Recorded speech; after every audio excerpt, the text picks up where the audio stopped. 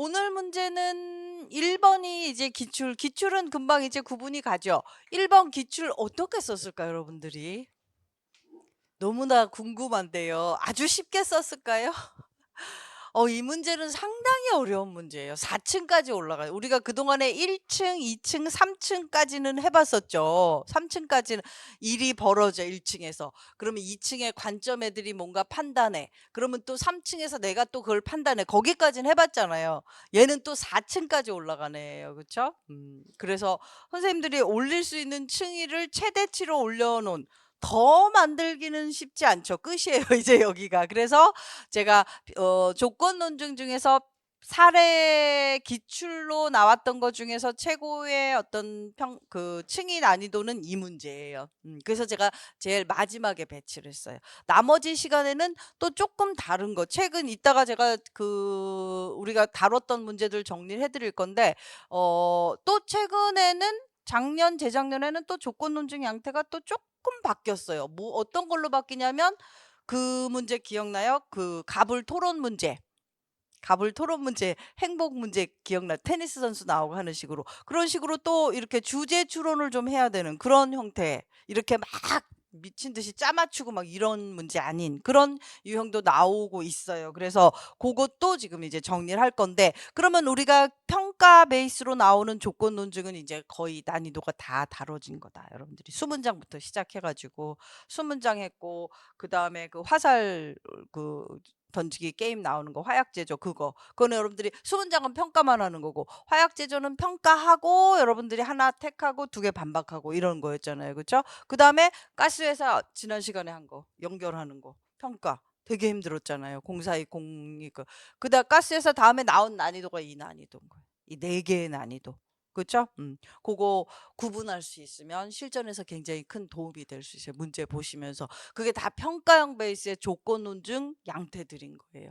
가장 트렌드하면서도 또 선생님들이 논증 형태로서 아주 좋아하는 그런 구도라고 볼 수 있어요. 그쵸? 그래서 그 유형 중에 오늘은 그 평가형 베이스의 마지막 문제를 좀 살펴볼 건데, 그래서 4 층이 나오니까 정신이 좀 없을 수 있었어요. 그쵸? 그래서 그걸 이따 차분하게 좀 찾아보기로 하자요. 평가도 나왔고 수정 보완하고 또 장단 추론도 해야 되는 여러분들이, 요게 다 요구되는 그런 문제였고, 주제는 입법 기준이 뭐가 돼야 되는가? 법률 제정 기준이 뭐가 돼야 되는가? 이거 법률 제정 기준은 이것만 기억하면 돼요. 살다 보니 관습, 그죠? 왈가왈부가 나오고 그다음에 법이 되는 거잖아요. 그죠?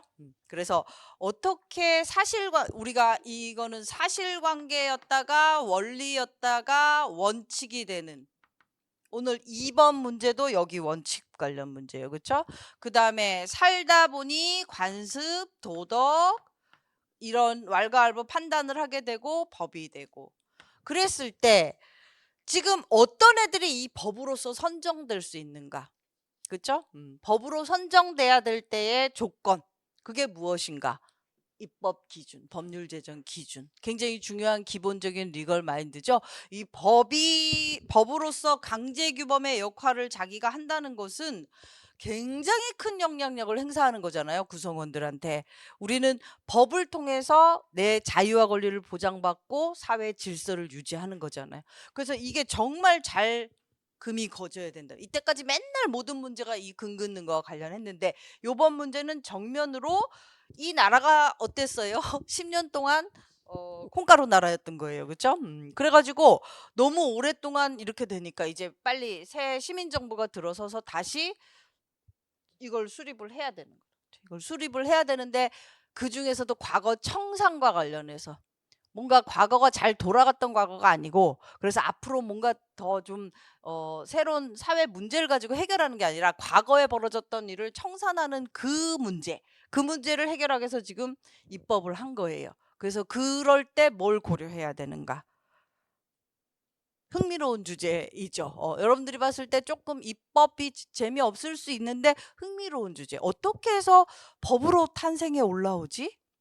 그리고 그 법이 규범력을 가지고 우리들 모두에게 적용돼야 되는 거잖아요. 어떻게 해서 법으로 떠오를까?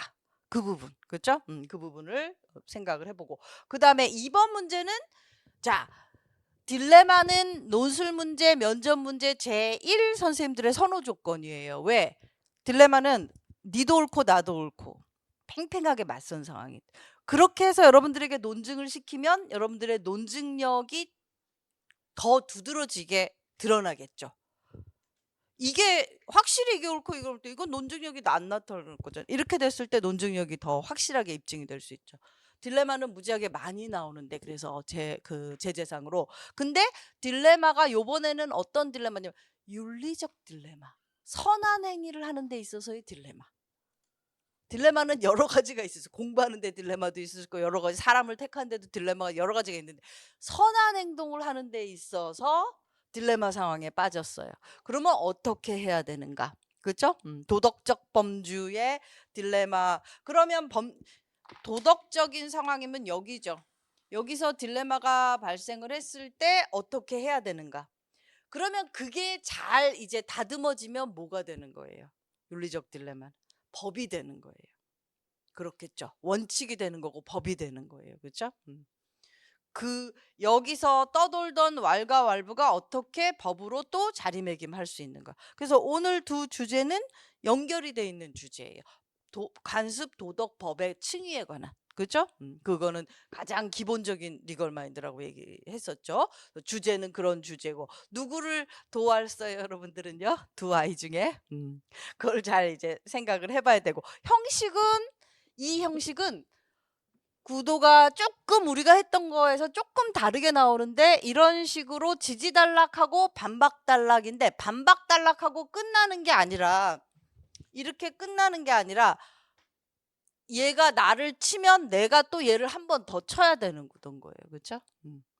여러분들이 3원칙을 지지를 했어요. 그러면 3원칙의 장을 쓰겠죠. 여기는 똑같아요. 늘 하던 거 지지달라. 근데 반박단락에서는 그러면 1원칙이 나를 치겠죠. 1이 이렇게 나를 반박해 들어올 거야. 너처럼 하면 이런 문제가 생겨 하고. 그럼 다시 나는 내 입장에서 걔를 또 쳐야 되는 거예요. 그렇죠? 뭐라고? 야, 너처럼 하면 이런 문제가 생겨. 이런 식으로. 그렇죠? 그다음에 2원칙도 나를 치겠죠. 2원칙에 따랐을 때 이런 문제. 그럼 다시 나는 또 뭐라고? 내 원칙으로 또 얘를 치는 거예요. 그렇죠?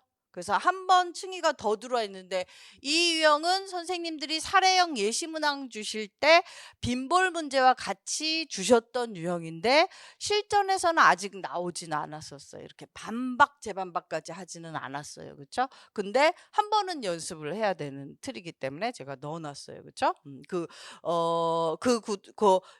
내가 하던 거랑 조금 반박 단락에서 좀 달라지는 거예요.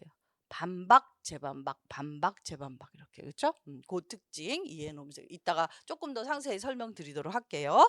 자, 이런 오늘의 그 유형하고 주제를 전제로 해서 한번 1번 문제 잘 집중해서 보세요.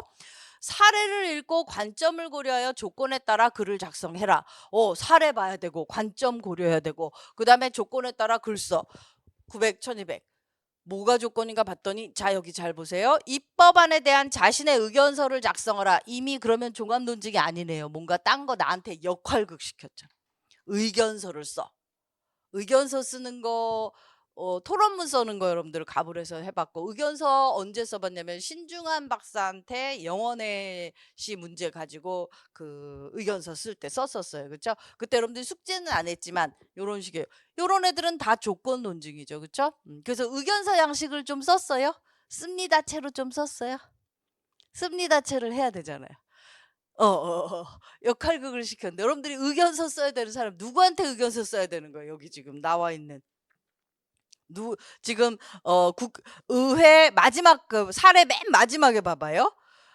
오른쪽 상단에 A구 의회 정부 책임자들 사이에서 이 법안을 그대로 고수해야 한다는 의견과 더욱 가다듬을 필요가 있다는 의견이 대립하였다. 그럼 여러분들이 이 사람들한테 의견서 쓰는 거죠. 최고 책임자들, 의회 정부 책임자들 그 사람한테 여러분들이 인제 의견을 내야 되는 그런 상황이었던 거예요. 그래서 항상 잘 내서 존댓말 썼어야 되는데요. 반말 써도 괜찮아요. 뭐 의견 반말로 할 수도 있지. 그쵸? 괜찮아요. 그래서 이거는 '아 나한테 역할극 시켰구나.' 하는 것을 감안을 했어야 되고 그다음에 "이 법안에 대한 평가를 포함해라." 이 법안이 지금 여기 나와 있잖아요. 가 나가. 그쵸? 거기에 대해서 평가를 좀 해야 된다.